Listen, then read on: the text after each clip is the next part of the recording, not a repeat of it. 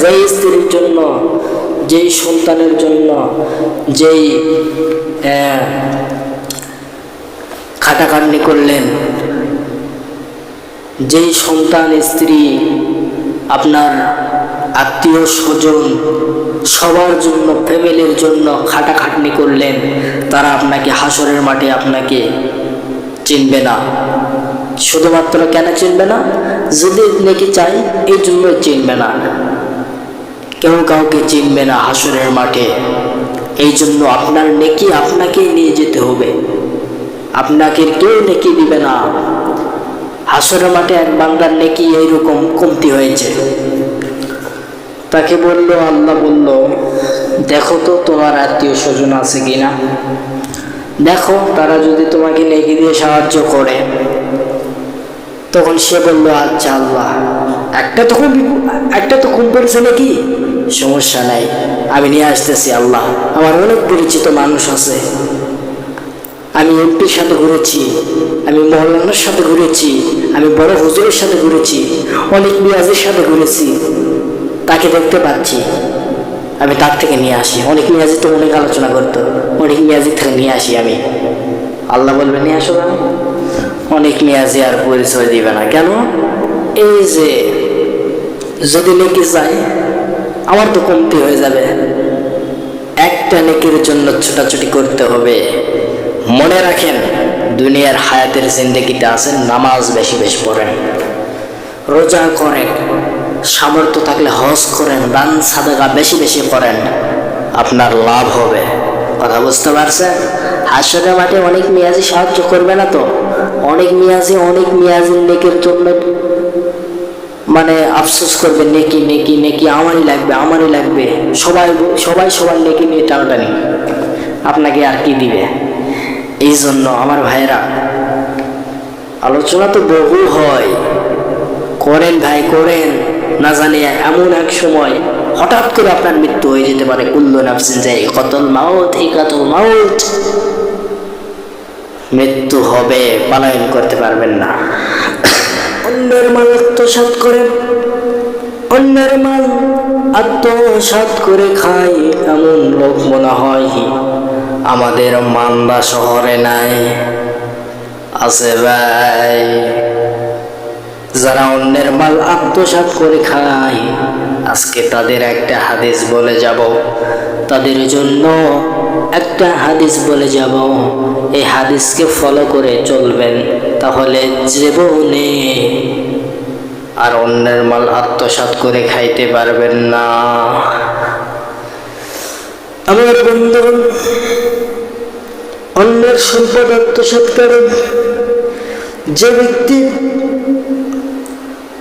কিঞ্চিত পরিমাণ, যে কোনো মুসলমান অন্যের সম্পদ আত্মসাৎ করে খায়, আল্লাহ তার জন্য জাহান্নামকে ওয়াজিব করে দেন আর জান্নাতকে হারাম করে দেন।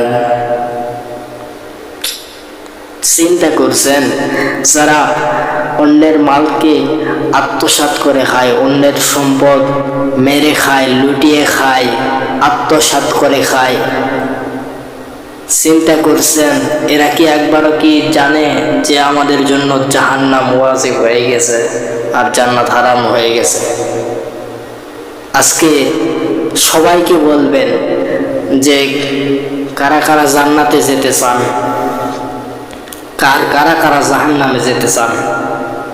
আজকে চোর বলেন, জেনাকারী বলেন, গীবতকারী বলেন, শয়তান বলেন, মুনাফিকি লেবাস বলেন, মিথ্যাবাদীদেরকে বলবেন, সবাইকে বলবেন, জাতীয় পার্টি, জামাত ইসলামী, বিএনপি, আওয়ামী লীগ, চরমনাই, তারপর আরো যেগুলো দলীয় আছে, বাংলাদেশের যত মানুষ হয়ে আছে সবাইকে বলবেন, সব ধরনের মানুষকে বলবেন যে তোমরা জান্নাতে যেতে চাও না জাহান্নামে?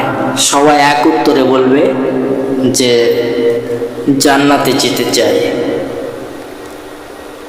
তাহলে জান্নাতে যদি যেতে চান, তাহলে আপনাকে আমল করতে হবে, হারাম কাজগুলি ছেড়ে দিতে হবে, হালাল কাজগুলি করতে হবে। পারবেন? বলবে মুখ দিয়ে হ্যাঁ পারবো, কিন্তু আর পারবে না। উপর উপর সবাই বলে, কিন্তু ভিতর থেকে আর পারে না। কথা বুঝতে পারছেন?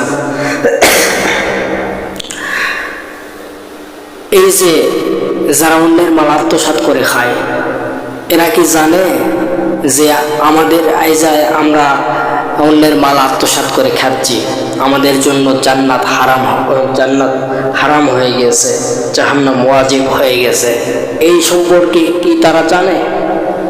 জানে না। অথচ তাদেরকে বলবেন, কিন্তু তারা ঠিকছে এরকম অন্যের মাল আত্মসাৎ করে খাচ্ছে।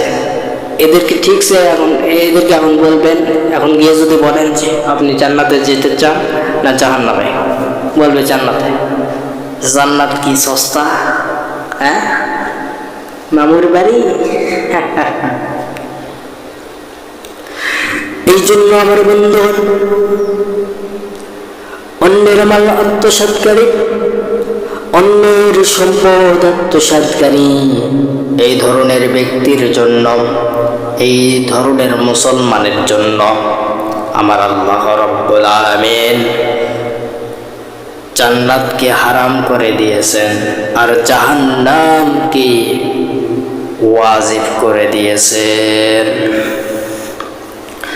এই জন্য আমার বন্ধুগণ, জান্নাতকে হারাম করে দেওয়া হয়েছে, জাহান্নামকে ওয়াজিব করে দেওয়া হয়েছে।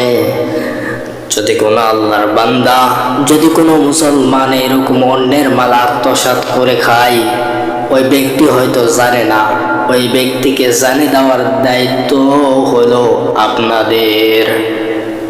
কারণ আপনারা জানেন, আলেমেরা জানেন, মুফতিরা জানে, মাওলানারা জানে, সবাই জানে। কিছু জ্ঞানী ব্যক্তি আছে, তারা এরকম আল্লাহর রাসূল সাল্লাল্লাহু আলাইহি ওয়াসাল্লামের হাদিসগুলো যদি তাদের সামনে যদি পেশ করে, তারা আর ভবিষ্যতেও এরকম অন্যের মাল এরকম আত্মসাৎ করবে না। অন্যের মাল আত্মসাৎ করতে যাওয়ার সময় 2 বার করে ভাববে, 3 বার করে ভাববে, প্রয়োজনে 4-5 বার করে ভাববে যে আজকে অন্যের মাল যদি আত্মসাৎ করি, হুজুর এরকম আলোচনা করলো, যদি আজকে অন্যের মাল আত্মসাৎ করি, তাহলে আল্লাহ রসুলের হাদিস, আল্লাহ রাব্বুল আলামিন যারা অন্যের মাল আত্মসাৎ করে এদের জন্য জাহান্নামকে ওয়াজিব করেছেন আর জান্নাতকে হারাম করে দিয়েছেন। এটা যদি কোনো আত্মসাৎকারী বস্তু, এটা যদি কোনো সম্পদ আত্মসাৎকারী, কোনো মুসলমান ভাইয়ের সম্পদকে আত্মসাৎ করে খায়, এই ব্যক্তি যদি জানতো আমার জন্য আমি যে আজকে এক ব্যক্তির অন্যের মাল আত্মসাৎ করে খাচ্ছি, আমার জন্য জান্নাত হারাম করে দেওয়া হয়েছে, জাহান্নাম ওয়াজিব করে দেওয়া হয়েছে, এই সম্বন্ধে তার যদি জ্ঞান থাকতো, সে আর ভবিষ্যতে আত্মসাৎ করতো না, অন্যের মাল আত্মসাৎ করতো না। এই জন্য আমার বন্ধুগণ, কিছু কিছু হাদিসগুলো তুলে ধরতে হয় বর্তমান প্রেক্ষাপটের কাছে। না তুলে ধরলে কি হয়, এগুলো বাড়তেই থাকে। চাঁদাবাজি বাড়ে কি বাড়ে না? ডেন্ডারবাজি বাড়ে কি বাড়ে না? প্রচুর বাড়ে। আমার বন্ধুগণ, রাসূল সাল্লাল্লাহু আলাইহি ওয়াসাল্লামের কাছে এক ব্যক্তি আসলেন। রাসূল সাল্লাল্লাহু আলাইহি ওয়াসাল্লামের কাছে এক ব্যক্তি আসলেন। আসার পরে বললেন, ইয়া রাসূলুল্লাহ, ইয়া হাবিবাল্লাহ, ইয়া রাসূলুল্লাহ, ইয়া হাবিবাল্লাহ সাল্লাল্লাহু আলাইহি ওয়াসাল্লাম, যদি সামান্য কোন জিনিস হয়, কিঞ্চিত পরিমাণ যদি হয়, কিঞ্চিত পরিমাণ যদি অন্যের মা যদি কিঞ্চিত পরিমাণ কিনিল গেলে, যে সামান্য পরিমাণ যদি করে, আল্লাহর রাসূল সাল্লাল্লাহু আলাইহি ওয়াসাল্লাম এর উত্তরে বললেন, পিপল গাছের একটি ডাল পরিমাণ হলেও, পিপল গাছের একটি ডাল পরিমাণ হলেও তার জন্য জান্নাতকে হারাম করে দেওয়া হয় আর জাহান্নামকে ওয়াজিব করে দেওয়া হয়। চিন্তা করেছেন, এটা সহিহ মুসলিম শরীফের হাদিস। আল্লাহর রাসূল সাল্লাল্লাহু আলাইহি সাল্লামের কাছে এক ব্যক্তি আসলো, আসার পর বলতো, ইয়া রাসূলুল্লাহ, ইয়া হাবিবাল্লাহ, এই যে অন্যের মাল আত্মসাৎ করেছে, কিঞ্চিত পরিমাণ যদি করে। আল্লাহর রাসূল সাল্লাল্লাহু আলাইহি সাল্লাম বললেন, পিপুল গাছের ডাল পরিমাণ করলেও, ফেনে ডাল পরিমাণ করলেও তার জন্য জান্নাতকে হারাম করে দেন আল্লাহ রাব্বুল আলামিন, জাহান্নামকে ওয়াজিব করে দেন। সম্মানিত আমার বন্ধুগণ, এই জন্য আমরা দুনিয়ার জমিনে যে হায়াতের জিন্দগিতে বেঁচে আছি, জীবনে অন্যের মাল আত্মসাৎ করবো না, নিয়ত করেন ইনশাআল্লাহ। আরে ভাই, দুনিয়া কিন্তু ক্ষণস্থায়ী, আখিরাত চিরস্থায়ী। আল্লাহ কোরআনে বলছেন, ওমাল হায়াতুদ দুনিয়া ইল্লা মাতাউল গুরুর। আল্লাহ রাব্বুল আলামিন বলতেছেন, দুনিয়ার এই যে সামান্য যে হায়াতটা পেয়েছো, ওই হায়াতটা ধোঁকা। ধোঁকা, এই দুনিয়ার জমিনটা দেখতেছো, পুরাই ধোঁকা। এই জন্য আপনি যেটাই হন না কেন, পিএইচডি করে আসেন না কেন, আপনি ব্যারিস্টার হন না কেন, যত বড় প্রেসিডেন্ট হন না কেন, অন্যের মাল তুমি আত্মসাৎ করে খেও না, কারণ এই দুনিয়ার জমিনটা হলো ধোঁকা। হয়তো অন্যের মাল আজকে আত্মসাৎ করে খাচ্ছ, কতদিন বাঁচবে? একদিন না একদিন তোমার কাছে ঠিক সময়, রাইট সময়ে আজরাইল এসে হাজির হয়ে যাবে আর বলবে তোমাকে, চলো তোমার সময় হয়ে গিয়েছে। তখন যদি বলো, আজরাইল আমাকে একটু সময় দাও, আজরাইল সময় আর দিতে পারবে না।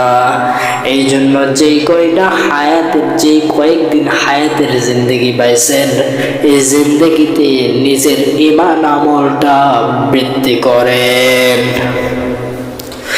এই জন্য আমার হায়াতুদ দুনিয়া ইল্লা মাতাউল গুরুর, এই যে দুনিয়ার জমিনটা দেখতেছো, আমরা 2 চোখে যে জমিনটা দেখতেছি, এই জমিনটা হলো ধোঁকা। আপনার প্রাণের স্ত্রী আছে, ওই স্ত্রীটাও ধোঁকা। আপনার প্রাণের সন্তান আছে, ওই সন্তানটাও ধোঁকা। কারণ কি? হাসরের মাঠে আপনার স্ত্রী আপনাকে চিনবে না, আপনাকে স্বামী বলে পরিচয় দিবে না, আপনার সন্তান আপনাকে পিতা বলে পরিচয় দিবে না, আপনার মা পর্যন্ত আপনাকে সন্তান বলে পরিচয় দিবে না। আপনার স্ত্রী বলবে, আপনার স্ত্রীর কাছে আপনি যখন হাসরের মাঠে যাবেন, আপনার স্ত্রী ওই সময় বলবে, আমার তো বিয়েই হয় নাই দুনিয়ার জমিনে, তুমি কেন আসছো আমার কাছে ডিগ্রি নিতে? তুমি হাঁটো, আমার তো বিয়েই হয়নি। আহারে, যে সন্তানের জন্য, যে সন্তানের জন্য, যে স্ত্রীর জন্য, যেই পরিবারের জন্য খাটাখাটি করলেন দুনিয়ার জমিনে, ঢাকা শহরে আপনি নানান কাজকর্ম করলেন, যাদের জন্য মাথার ঘাম পায়ে ফেরালেন, তারা পর্যন্ত হাসরের মাঠে চিনবে না। কেন চিনবে না? এই জন্য চিনবে না যে যদি আমার কাছে নেকি নিতে আসে, এই জন্য চিনবে না। হাসরের মাঠে নেকির জন্য আফসোস করা লাগবে।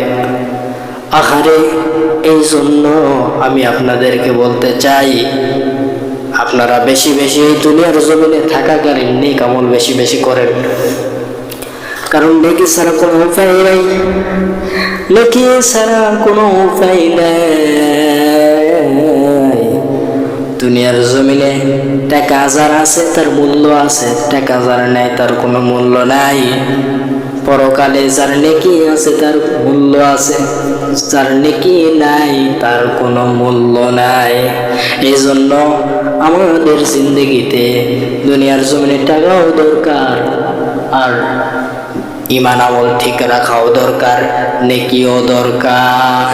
স্ত্রীর জন্য, যেই সন্তানের জন্য, যেই খাটাখাটনি করলেন, যেই সন্তান, স্ত্রী, আপনার আত্মীয় স্বজন, সবার জন্য, ফ্যামিলির জন্য খাটাখাটনি করলেন, তারা আপনাকে হাসরের মাঠে আপনাকে চিনবে না। শুধুমাত্র কেন চিনবে না? যদি নেকি চাই এই জন্য চিনবে না। কেউ কাউকে চিনবে না হাসরের মাঠে। এই জন্য আপনার নেকি আপনাকেই নিয়ে যেতে হবে, আপনাকে কেউ নেকি দিবে না। হাসরের মাঠে এক বান্দার নেকি এইরকম কমতি হয়েছে। তাকে বলল, আল্লাহ বলল, দেখো তো তোমার আত্মীয় স্বজন আছে কিনা, দেখো তারা যদি তোমাকে নেকি দিয়ে সাহায্য করে। তখন সে বলল, আচ্ছা আল্লাহ, একটা তো কম পড়েছে নাকি, সমস্যা নাই, আমি নিয়ে আসতেছি আল্লাহ। আমার অনেক পরিচিত মানুষ আছে, আমি এমপির সাথে ঘুরেছি, আমি মহল্লার সাথে ঘুরেছি, আমি বড় হুজুরের সাথে ঘুরেছি, অনেক মিয়াজের সাথে ঘুরেছি, তাকে দেখতে পাচ্ছি, আমি তার থেকে নিয়ে আসি। অনেক মিয়াজি তো অনেক আলোচনা করতো, অনেক মিয়াজি থেকে নিয়ে আসি আমি। আল্লাহ বলবে, নিয়ে আসো না। অনেক মিয়াজি আর পরিচয় দিবে না। কেন? এই যে যদি নেকি চাই আমার তো কমতি হয়ে যাবে, একটা নেকির জন্য ছোটাছুটি করতে হবে। মনে রাখেন, দুনিয়ার হায়াতের জিন্দেগিতে আছেন, নামাজ বেশি বেশি পড়েন, রোজা করেন, সামর্থ্য থাকলে হজ করেন, দান সাদাকা বেশি বেশি করেন, আপনার লাভ হবে। কথা বুঝতে পারছেন? হাসরের মাঠে অনেক মিয়াজি সাহায্য করবে না তো, অনেক মিয়াজির নেকির জন্য মানে আফসোস করবে, নেকি নেকি নেকি, আমারই লাগবে। সবাই সবার নেকি নিয়ে টানাটানি, আপনাকে আর কি দিবে? এই জন্য আমার ভাইরা, আলোচনা তো বহু হয়, করেন ভাই, করেন। না জানি এমন এক সময় হঠাৎ করে আপনার মৃত্যু হয়ে যেতে পারে। কুল্লু নাফসিন যায়িকাতুল মাউত, মৃত্যু হবে, পলায়ন করতে পারবেন না।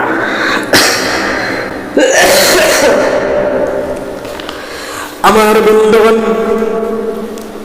বেশি বেশি নেকি করেন, নেকির আমল বানান, বেশি বেশি নেকি দুনিয়ার জমিনে তৈরি করেন, যাতে করে পরকালে শান্তিতে দেখতে পারেন।